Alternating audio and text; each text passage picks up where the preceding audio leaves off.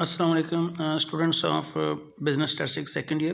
बेटा आज मैं आपकी बुक में जो नज़ीर सैन की बुक में क्विक लर्निंग है ना, वो आपके मतलब उसकी वीडियो बना के भेज रहा हूँ। इसमें देखिए फार्मूलाज हैं arithmetic mean for ungroup data के लिए X bar equal sigma X over N direct formula है, फिर आगे शॉर्टकट है, फिर कोडिंग एंड स्केलिंग वाला है, ठीक है, यू वाला मेथड। फिर ग्रुप डाटा के फार्मूलाज हैं sigma F x over sigma F A plus sigma F D over sigma F A plus sigma F you over sigma F into H. Ungroup group में यही basic difference होता है कि ungroup में frequency नहीं होती और ग्रुप डाटा में फ्रिक्वेंसी आ जाती है, ठीक है। तो अर्थमेटिक मीन की 6 फार्मूलाज, आगे वेटेड मीन है और उसके बाद कंबाइंड मीन। ये 8 फार्मूला आपने याद करने होते हैं। इनसे आप एक एक दो दो सवाल जो अपने हाथ से करें, बुक से ढूंढ के एग्जांपल कर लें, क्वेश्चन कर लें, कोई इसकी प्रैक्टिस कर लें ताकि आपको क्लियर हो जाए कि भाई ये फार्मूला को यूज़ कैसे करना है। तो उसके बाद देखिए बेटा, ये है जी नेक्स्ट है प्रॉपर्टीज ऑफ अर्थमेटिक मीन। तो जैसे अर्थमेटिक मीन फिर कांस्टेंट होती है, किसी भी कांस्टेंट नंबर का जो अर्थमेटिक मीन हम मतलब 2 में लिखें तो उसका आंसर मीन का 2 ही आएगा। ये पहली प्रॉपर्टी है। दूसरी प्रॉपर्टी है sum of deviation from their mean is always zero, जिनकी sigma X minus X bar is equal to zero. यानी कि जब अब डेविएशन फ्रॉम मीन लेते हैं ना, हमेशा डेविएशन 2 किस्म की बेटा होती है। एक होती है डेविएशन फ्रॉम मीन और एक डेविएशन फ्रॉम वैल्यू ए। तो डेविएशन फ्रॉम मीन होती है, इसका सम हमेशा 0 की इक्वल होता है, ठीक है। और जो डेविएशन फ्रॉम वैल्यू ए होती है उसका सम 0 की इक्वल नहीं होता और उसको डी भी हम कहते हैं, ठीक है। उसके बाद तीसरी प्रॉपर्टी है the sum of square deviation from their mean is minimum. यानी कि ये कहना चाह रहा है कि sigma X minus X bar का whole square is less than होता है sigma X minus X A का होल स्क्वायर से। यानी कि जो डेविएशन फ्रॉम मीन होती है उसका स्क्वायर और जो डेविएशन फ्रॉम वैल्यू ए होती है उसका स्क्वायर, अगर दोनों को हम कंपेयर करें तो डेविएशन फ्रॉम मीन जो हमेशा लेस होगी डेविएशन फ्रॉम वैल्यू ए से। उसके बाद फोर्थ प्रॉपर्टी है कि अगर हमारे पास एक वेरिएबल हो y equal to A X plus minus B, तो उसकी डायरेक्ट हम एक तो होता है ना कि फार्मूला लगा के, यानी कि एक्स बार का formula sigma X over N, Y bar का formula sigma Y over N, एक वो फार्मूला लगा के हम मीन फाइंड करते हैं। दूसरा हम डायरेक्ट प्रॉपर्टी से भी कर सकते हैं कि y bar equal to A X bar plus minus B. इस प्रॉपर्टी का मतलब ये है कि अगर आप एक्स वेरिएबल को यूज़ करके कोई प्लस माइनस करके मल्टीप्लाई करके ऐड करके सब्ट्रैक्ट करके एक नया वेरिएबल वाई बनाते हैं, तो जो जो आपने वेरिएबल के साथ किया होगा मल्टीप्लाई ऐड सब्ट्रैक्ट, जो उसका अफेक्ट उसके मीन के ऊपर भी पड़ेगा। उसके बाद फिफ्थ प्रॉपर्टी है कि अगर हमारे पास के ग्रुप हों n1 n2 so on n के, यानी कि एक क्लास में n1 बच्चे हैं, दूसरी क्लास में n2 and so on n के ग्रुप्स हैं, के क्लासेज हैं, तो उनके मीन भी हमें दिए होते हैं। अगर हमने उनका दोबारा मीन निकालना हो, होल मीन निकालना हो या ग्रैंड मीन निकालना हो, उसको हम कहते हैं कंबाइंड मीन। तो कंबाइंड मीन का फार्मूला आ जाएगा x bar C n1 x bar 1 plus n2 x bar 2 plus so on n के एक्स बार के over n1 plus n2 plus so on n के, या sigma n x bar over sigma n। तो इसको हम combined mean कहते हैं। ये कब यूज़ करते हैं? जब पहले भी मीन दिया हो उसने डिफरेंट इंडिविजुअली 2-3 चीज़ों का, और आगे फिर एज ए होल वो बात करें। इसमें लफ्ज़ होल लिखा होता है, आल लिखा होता है, ग्रैंड लिखा होता है। या अगर 10 बच्चों का मीन दिया है और जैसे 5 बच्चों का मीन दिया है तो कहता है 15 बच्चों का मीन, तो 15 से भी हमें पता चल जाता है अब सबकी बात कर रहा है, ठीक है। इस तरह के सिचुएशन में इससे भी आप एक एक सवाल करें ज़रूर। उसके बाद है बेटा ये मीडियन के लिए, मीडियन फॉर अनग्रुप डाटा। अगर तो मतलब median equal to n plus 1 over 2 है, इसमें हम फार्मूला यूज़ कर लेते हैं। ऑड के लिए, इवन के लिए हम वो दूसरा फार्मूला यूज़ करते हैं n over 2 plus n plus 2 over 2 whole over 2। Median for group data, यानी कि जिसमें ये जो मीडियन होता है इसमें बेटा अनग्रुप के लिए तो कोई मसला नहीं है, लेकिन जब ग्रुप डाटा आता है जब उसकी फिर आगे 2 कैटेगरी हो जाती है। नंबर 1 आ जाता है डिस्क्रीट फ्रीक्वेंसी डिस्ट्रीब्यूशन और एक आ जाता है continuous frequency distribution. Discrete data वो होता है जिसमें हम डाटा को काउंट कर सकते हैं, number of bar points, number of pens. और जो कंटिन्यूस डाटा उसको काउंट नहीं किया जाता, मेजर किया जाता है, वो हमेशा डेसिमल में लिखा जा सकता है, जबकि डिस्क्रीट को डेसिमल में नहीं लिखा जा सकता। जैसे कोई मतलब किसी घर में 4 कमरे हो, एक छोटा कमरा, तो हम 4.5 कमरे नहीं कह सकते, ये 4 कमरे होते हैं या 5 कमरे होते हैं। या बच्चों की तादाद को अगर हमने काउंट करना है, एक 20 साल का बच्चा और एक दिन का बच्चा, तो 2 बाई ही कंसिडर होंगे, 1.1 नहीं कंसिडर होगा वो।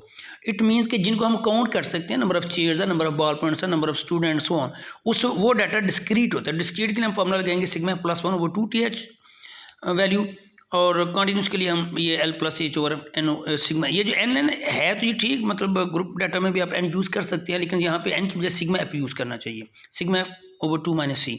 इसकी डिटेल्स मैंने आपको बताई, जस्ट मैंने आपको बताना ही चाह रहा था कि हर फॉर्मूले से आप 2-2 सवाल के फॉर्मूले आपके सामने आ जाए ताकि आप इसको कभी यूज़ करिए। आपकी बुक से मैंने इसका क्रॉप करके किया है, क्विक लर्निंग में, नज़ीर सैन की बुक से। उसके बाद है बेटा मोड के हवाले से, मोड फॉर ग्रुप डाटा।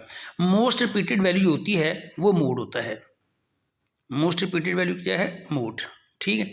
तो मोड फॉर ग्रुप डाटा में आगे फिर डिस्क्रीट का चक्कर आ जाएगा। डिस्क्रीट डाटा के लिए क्या करेंगे हम, जो हमारी होगी ना मैक्सिमम वैल्यू, मतलब इसमें जो मोस्ट फ्रिक्वेंसी में जो मैक्सिमम वैल्यू होगी उसके सामने जो एक्स की वैल्यू होती है, डिस्क्रीट की मैं बात कर रहा हूँ, उसको हम मोड कहते हैं। जबकि कॉन्टिन्यूस में क्या होगा कि आप मैक्सिमम वैल्यू के सामने क्लास बाउंड्री में ग्रुप देखेंगे, ठीक है। जो ग्रुप होगा फिर उस ग्रुप को पूरा मेथड आपके पास L plus F M minus F one over F M minus F one plus F M minus F two into H, या ऊपर भी ब्रैकेट लगेगा आप इंटू एच कर सकते हैं, ये कॉन्टिन्यूस के लिए है। उसके बाद इन तीनों में correlation, empirical relation, mode equal 3 median minus 2 mean, यानी कि जब आपके पास दो वैल्यू दी हुई तीसरी हमने फाइंड करनी, यानी कि डाटा नहीं दिया उसने आंसर निकाल के आपको दिया हो मीन मीडियन मोड वगैरह का, कोई दो वैल्यू देगा आप इसी फॉर्मूले में पुट करेंगे, तीसरा ऑटोमेटिकली फाइंड हो जाएगा। ये बड़ा इंपॉर्टेंट फार्मूला है। हर फार्मूले से बेटा मोड के, मीडियन के, मीन के, हर फार्मूले से एक एक दो दो सवाल अपने हाथ से करें ताकि अच्छी तरह प्रैक्टिस हो, उसके बाद फिर बाकी एक्सरसाइज को करें। उसके बाद बेटा ये आ जाएगा इंडेक्स नंबर का, fix base price index number है P N over P not into 100, ये प्राइस रिलेटिव कहलाता है इसको। ये चेन बेस इंडेक्स आ गया, इसको लिंक रिलेटिव कहते हैं, P N over P N minus 1 into 100। फिर सिंपल एग्रीगेटिव इंडेक्स है P0 and sigma P N over P not into 100, यानी कि ये जो सिंपल एग्रीगेटिव है ये आगे जितने भी फार्मूले बेसिक असल में उसी पे डिपेंड करता है, प्राइस रिलेटिव के current year divided by base year into 100। वो आगे थोड़ी थोड़ी शेप चेंज होती है, जैसे लिंक रिलेटिव में पिछले साल पे हम डिवाइड करते हैं। सिंपल एग्रीगेटिव का मतलब पहले आप ऐड कर लो, सब कमोडिटी को सिंगल बना लो, फिर आप उसी तरह डिवाइड करोगे। सिंपल एवरेज ऑफ रिलेटिव में फिर दो मेथड होते हैं, फिक्स बेस मेथड और चेन बेस मेथड, और फॉर्मूले में इसमें वही ऊपर वाले यूज होते हैं। पहले हम प्राइस रिलेटिव कमोडिटीज लेते हैं, फिर उनकी प्राइस रिलेटिव निकालते हैं, फिर प्राइस रिलेटिव में हम मीन, मीडियन या ज्योमेट्रिक मीन जो उसने एवरेज दी हुई है वो यूज़ करते हैं, ना दी हुई तो मीन करते हैं, वरना जो वो कहेगा हम वो वाली एवरेज यूज़ करेंगे, ठीक है। तो वो फिर हम वो मीन मीडियन जो फिक्स बेस मेथड में तो जो प्राइस रिलेटिव के बाद हम मीन, मीडियन या ज्योमेट्रिक मीन निकालते हैं वही उसका आंसर होता है। लेकिन चेन बेस मेथड में बेटा जब हम लिंक रिलेटिव फाइंड कर लेते हैं, फिर हम मीन फाइंड करते हैं, मीन को फिर हम चेन रिलेटिव में कन्वर्ट करते हैं, फिर इसी तरह उन्हीं लिंक रिलेटिव का हम मीडियन फाइंड करते हैं, फिर मीडियन को चेन रिलेटिव में कन्वर्ट करते हैं। ऊपर लिखा जाता है chain relative using mean, chain relative using median, chain relative using geometric mean. उन्हीं लिंक रिलेटिव हम ज्योमेट्रिक मीन पहले फाइंड करते हैं, यानी कि ये जहन में रखना है कि जब फिक्स बेस मेथड हो तो जो एवरेज हम निकालते हैं वही हमारे रिक्वायर्ड इंडेक्स नंबर होते हैं। लेकिन चेन रिलेटिव्स में जो हमारी एवरेज होती है वो हमारा रिक्वायर्ड इंडेक्स नंबर नहीं होता, हमें उसे चेन रिलेटिव में कन्वर्ट करना पड़ता है। उसके बाद बेटा आ जाएगा आगे वेटेड इंडेक्स नंबर में, वेटेड एग्रीगेटिव इंडेक्स में आ जाएगा लेस्पियर का फॉर्मूला है, ये सिग्मा P01 के शक्ल में उसने लिखा, आप P0n भी यहाँ पे लिख सकते हैं। तो इसमें उसने प्राइसेस भी दी होती हैं, क्वांटिटीज भी दी होती हैं, ठीक है। तो जो बेस ईयर होता है उसकी प्राइस को हम पी नॉट कहते हैं, जो उसकी क्वांटिटी जो वो क्यू नॉट कहते हैं। जो बाकी साल होते हैं, 1 हो 2 हो 3, उसको 1 2 3 4 के हिसाब से वैल्यू लगा लेते हैं। उसके बाद है वेटेड एवरेज ऑफ रिलेटिव, ये फॉर्मूला आ जाता है P0 sigma P1 over Pn over P not W over sigma W। ये जो W होता है ना, ये बेटा कभी उसने दिया होता है तो दिया हो तो फिर हम डायरेक्ट यूज़ कर लेंगे, ठीक है। अगर ना दिया हो तो फिर हम W बना लेते हैं P नॉट Q नॉट से या P नॉट QN से। ये वो बता देता है हमें कि जब उसने क्वांटिटी को एज ए वेट दिया हो ना, क्वांटिटी को एज ए वेट दिया हो तो वो आ जाता है अपना W P not Q not, जब जो बेसिक क्वांटिटी को वेट दिया हो, जब करंट ईयर की क्वांटिटी को वेट दिया हो तो फिर वो आ जाता है P नॉट QN से। उसके बाद है जी कंज्यूमर प्राइस इंडेक्स नंबर, इसमें आ जाता है वेटेड एक्सपेंडिचर मेथड, ये वही होता है 100% मेथड जो लेस्पियर का होता है। और आगे आ जाता है हाउस होल्ड बजट मेथड, ये जिसको हम फैमिली बजट मेथड भी कहते हैं। ये आ जाता है sigma IW over sigma W। आई क्या होता है, IP1 और P नॉट इंटू 100, वही प्राइस रिलेटिव जिसको हम कहते हैं, जैसे ऊपर वेटेड एवरेज ऑफ रिलेटिव में था ना, ये जो हाउस बजट फैमिली बजट वाला मेथड इसको हम वेटेड एवरेज ऑफ रिलेटिव में भी यूज़ कर सकते हैं। जैसे मैंने जैसे आपको बताया कि वेट्स गिवन भी दिए होते हैं और वेट्स हम बना भी सकते हैं। 3 इसकी कैटेगरी होती हैं, एक में वेट गिवन दिया होता है, एक में वेट गिवन नहीं होता, तो फिर हम weight P not Q not से बनाते हैं, और एक में हम वेट P नॉट QN से बनाते हैं। तो ये बेटा मैंने ओवरव्यू आपको दे दिया है। अब इंडेक्स नंबर का ये थोड़ा सा मतलब मैं आपको और बता देता हूँ, थोड़ी सिंपल अल्फाज में पूरा रिवाइज कर देता हूँ। देखिए सबसे पहले आपने देखना है कि हमारे पास अगर एक कमोडिटी है तो वो सिंपल इंडेक्स नंबर होगा, और अगर एक से ज़्यादा है तो वो कंपोजिट इंडेक्स नंबर होगा, ठीक है। सिंपल इंडेक्स नंबर में 2 मेथड यूज़ होते हैं, फिक्स बेस मेथड और चेन बेस मेथड। और ये कैसे पता चलेगा कि फिक्स बेस यूज़ करना है चेन बेस मेथड, तो बेटा हमेशा याद रखना है अपने चेन बेस मेथड उस वक्त हम यूज़ करेंगे जब वो क्वेश्चन के अंदर गिवन देगा हमें, वरना हम फिक्स ही यूज़ करते हैं। हमेशा चेन का वो मेंशन करता है क्वेश्चन का, फिक्स को वो मेंशन नहीं करता। लेकिन जब 2 चीज़ें होती हैं, एक चीज़ उसने मेंशन कर दी है तो इसका मतलब फिर वो हम करेंगे, अगर उसने मेंशन नहीं की फिर हम दूसरी वाली करेंगे। तो चेन को हमेशा वो मेंशन किया करेगा, नंबर 1 बात।